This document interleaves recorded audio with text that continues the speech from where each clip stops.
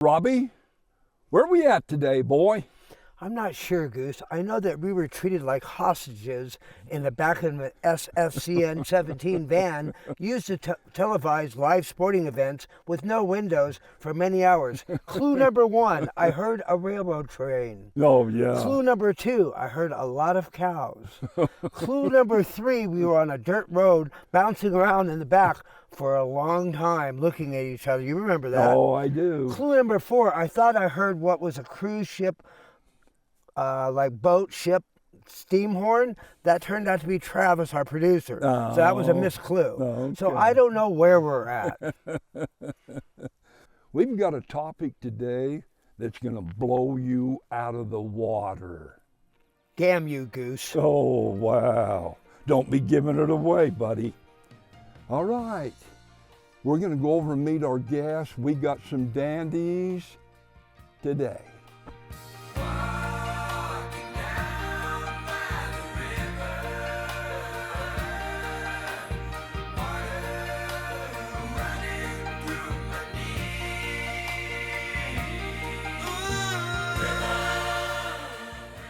Goose, I have concerns. We have 2 bearded men, a shovel, and some other tools here.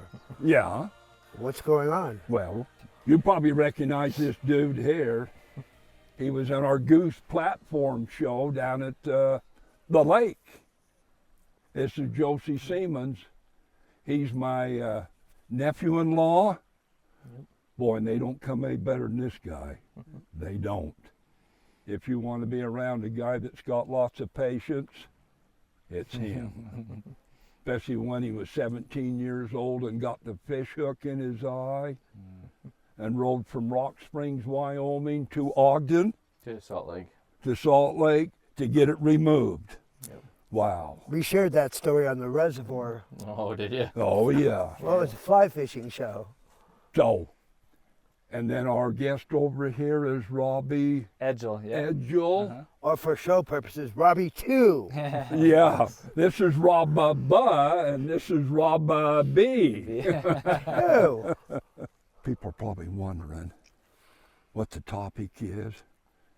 It's the acronym BDA. That's right. Yeah. BDA is the acronym. And that stands for what? So it stands for Beaver Dam Analog. Analog. Basically a man-made beaver dam A that man-made. we're going to build today. Okay. Well, when I think of analog, I think of music. Yeah. When I was growing up in the 50s and 60s, music was recorded in analog. Yeah. Then it went to digital. You know what? I love the analog sound better. So we're going to find out today how you guys make man-made beaver dams, right? Yep. Ooh, we're going to find this very interesting. So we're going to head down the hill here and hopefully nobody takes a tumble. Okay. Through the window, by the window, that is where I'll be. Come tiptoe through the tulips with me.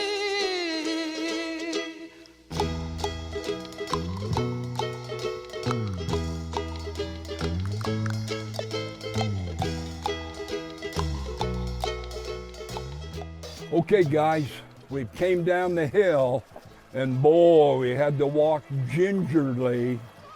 I love ginger, but to walk gingerly, that's a different thing. Wow. Yeah. Right, Rob? I was very ginger. Yeah. Okay, so we're down here in the little stream bed now, as you can see. It's trickling along here. I have a question. I don't mean to sound inappropriate, but how do I know he's just not some relative? How do I know he is qualified to be a guest on the Goose and the Well show? Josie, true or false? BDAs, or Beaver Dam Analog, can restore and maintain fish and wildlife habitat, improve connectivity and complexity, and support biodiversity. True or false? That's very true. That's very All right, true. he'll do. So beavers are one species that are unique in that they manipulate and create their own habitat. So they'll come in and make a dam, build the water up, and that gives them a spot to spend the winter time basically. But if they can build a dam up, they'll build a lodge that they can live in. Okay. And the water, ideally they would build a big enough pond that they can have a lodge, and then they'll make a food cache in front of the lodge in the pond. They'll bring willows down, stick them in the mud, and then in the wintertime all that can freeze over, and they don't even have to leave. They just leave the lodge, come get some food, and go back in the lodge. And what spend all winter. And what are the babies called? And kits or pups. Kits. A beaver kit or a beaver pup. And how many typically do they have? Usually they'll have just a couple, but I've seen as many as 5, 6, 7. I mean, usually it's not a lot, but it just depends on the situation. Now, I've heard the lodge is for protection as well. So their lodge, ideally they'll build a lodge on the bank of their pond that they build, and then they'll usually have 2 entrances or exits, and they like those to be under the water, so keep predators out and stuff. But I heard the worst predator is human beings. That's probably, trapping, hunting. Yeah, they kill more beavers than any animal predator. You know, historically, trapping was unregulated in hunting, and so a lot of bad things did happen back in the past. You know, beavers were over-trapped and we lost a lot of the populations, and that's why we see a lot of these streams eroded like we have here, and why we're doing this work to get the beavers back. But what's very interesting is now the trappers and the hunters are actually the ones that are funding most of this work through the purchase of hunting licenses and trapping licenses. And also they come out and they help us volunteer on these projects and help build these BDAs. And our trappers are really some of the biggest advocates for helping improve and increase the populations, because they want to have the resource there forever. And so they're a lot more conservation minded now. And so really they're the biggest savers of the beavers now, ironically. I would have never guessed that, Travis. We're going to keep Robbie too. You can stay now. Okay. The biggest thing on like a corridor, like a river corridor like this, is they'll build a dam, they bring the water table up, the water level up. But you'll see like here is kind of marginal because it's downside, it's down cut a lot. But up against the side you see there's sagebrush, it's really dry up high. And then right down next to the river you get more wetland vegetation, more like willows. You can see willows up on the hillside a little bit. But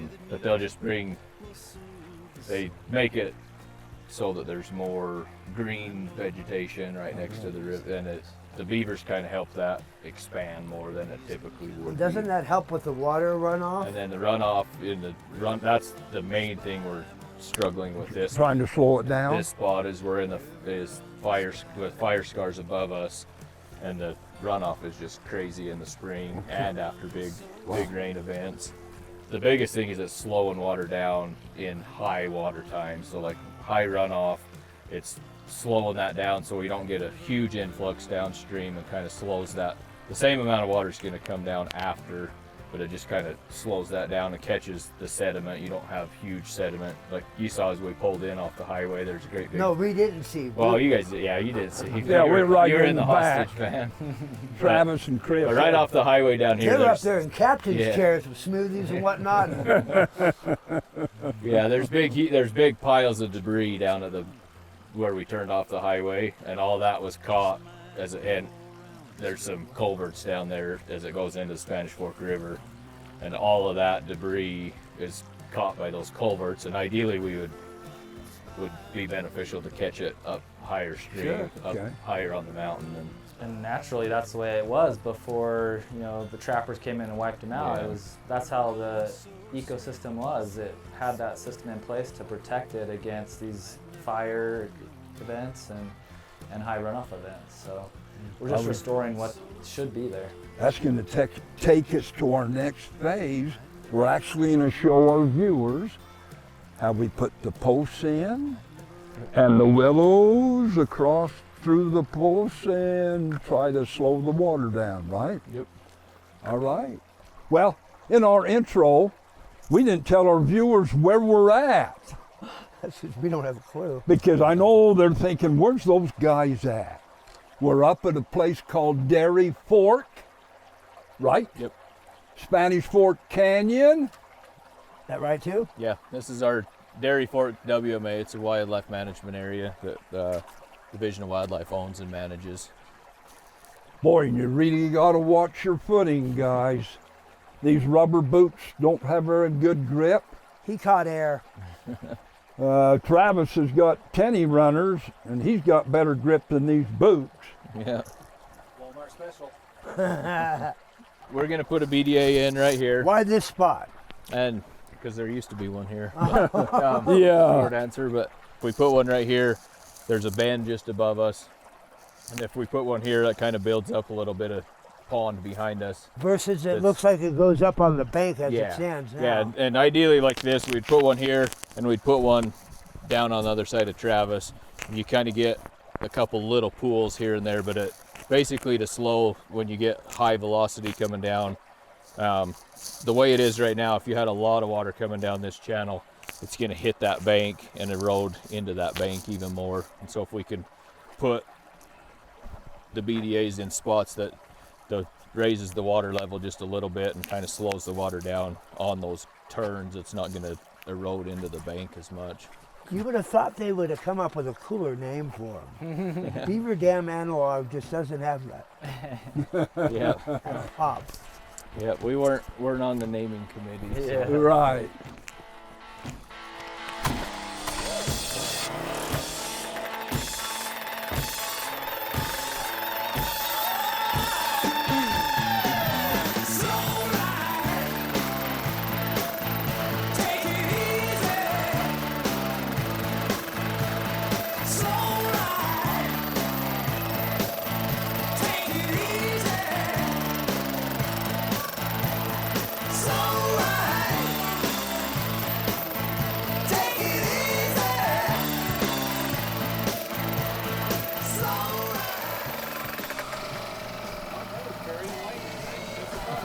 I'm also philosophical and eye candy.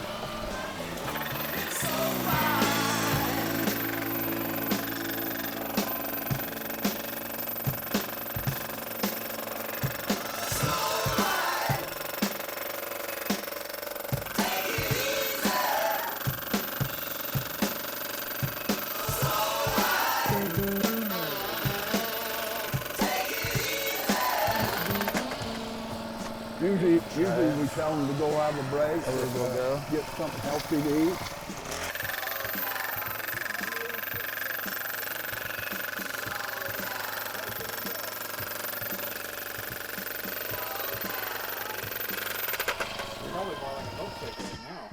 Oh, it's warm, and guess what? My Kit Kat chocolate has melted. Won't stop him. Okay, guys, you know how much I appreciate and I have a deep respect for women. Well, they have a woman on this crew. And I've only met her for a few minutes, but she's a special gal.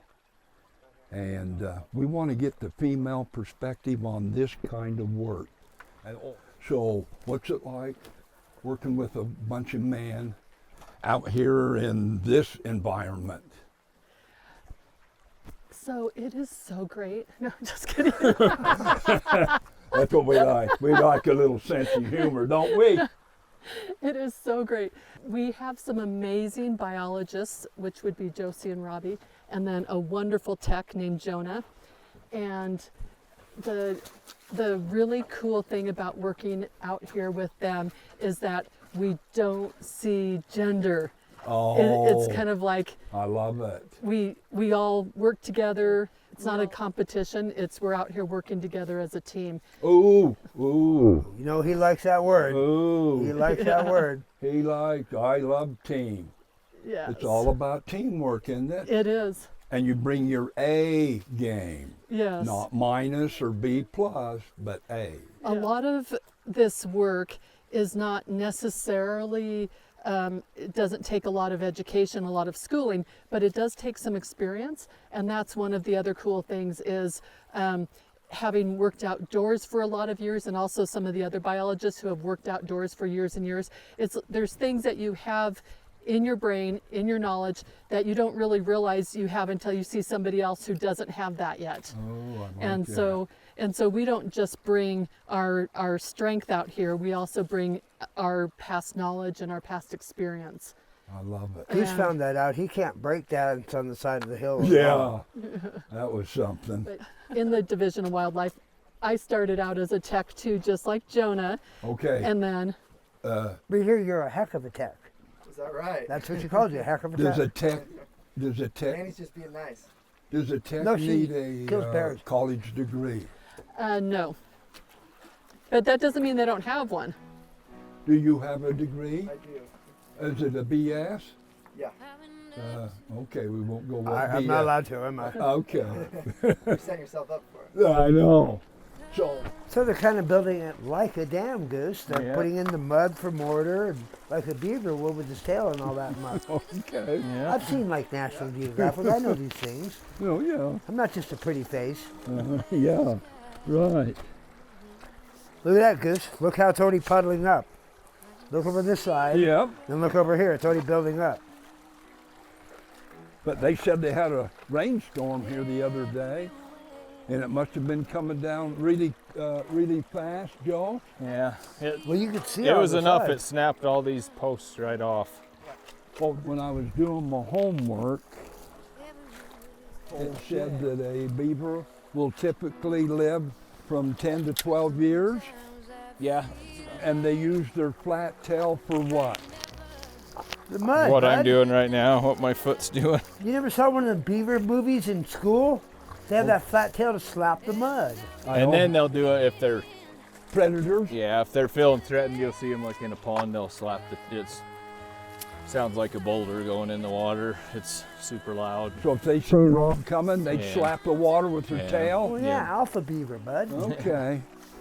Oh, another thing it said, can you eat beaver tail? Yeah. It's mostly fat, but it's edible. I know a couple guys that. So if you were trying to survive, beaver tail would be the way to Yeah. go. All right. Yeah. If you was Kit Carson, Yeah, they Who's Kit Carson? he's one of the early mountain man. mountain men here in Utah, Kit I, Carson. I'm not from here, Oh, bud. that's right. You're from South Central LA. That's right. Yeah, Kit Carson. Yeah. He could survive on beaver tail. I know a few guys that eat it still now. Oh, So I started on this show because I was in my apartment and I was getting all happy and I'm watching this show on SSN and it was Goose making a fire with stick and shoelace or whatever. And I was busting up because he kept cutting away and they come back and he's still moving that stick. Yeah. They cut away and I go make a sandwich and come back and he's still trying to make that fire. And the next day I was at MVP Sports and there he was in the basement talking, I'm like, dude, I saw you on TV last night trying to make a fire. Oh, that's He funny. goes, hey, we're going to go shoot a show. Elk bugling, you want to go? And that's how it all started. hey guys, this is not easy work. It's not. Next time you see a guy with a DNR shirt on, hey, thank him. Or her, thank her. And I'm going to say it again. Whatever they're getting paid, it's not nearly enough, guys. I'm putting a plug in for these people. They're working their tail off today. Oh, no pun intended. I thought you were going there. No pun intended. Yeah, yeah. Okay, so Joe's, Yeah. do we go clear to the top of the We'll pole? go fairly high, probably not all the way. In an ideal situation, like this stream, we'd build it up like this. The pond would come up for the year. Spring runoff will come and fill it partially up. A lot of this stuff will come down and it'll fill it up, but then it'll start the water will either go around it or over the top. And then the next year we could come and build it higher. So is the soil that black because of the fire and stuff? Partially. Some of the darker stuff's just there's more organic matter broke down into it. Just fire, but My house on 400 North has like clay. yeah. Wow. Holy smoke. You know, I realized this, they kind of Wow. So you gonna return those boots or? Oh, if I could return them, I would. Boy, they're not, I guess they're just made for walking in water and not on uneven rocks. Wow. Brother bought a coconut, he bought it for the time his sister had another one. So Robbie too, what the heck is this stuff? So this is coconut fiber. It's just basically totally biodegradable, and it just helps catch the sediment. So we'll lay it down across the BDA and just helps speed up the process. Is this that stuff on the outside of coconuts, really? Holy crud. The goal is to not stop the water. It fills up, it'll go over the middle and kind of keep from eroding the sides. Just when we have a bunch of BDAs in a system like this, it actually has the tendency to keep water longer in the season so it can come down later in the summer. So. Well, that's a beauty. Well, as you notice, we have successfully built a BDA, a big dam, beaver dam analog. Sorry, Travis, I couldn't help myself. So we'd like to thank our guests, Josie, Robbie 2, Danny, and Technician Boy. Jonah. There you have it. It's a beautiful day. Thank you guys. Where- It's a beautiful day. Yeah, super nice. Where did Goose go? Shows we thought we had him under control. We sometimes look for him, but I'm barely balancing here. Goose! Goose! All right, well, Yo, Goose! go look for I him. think he flew the coop.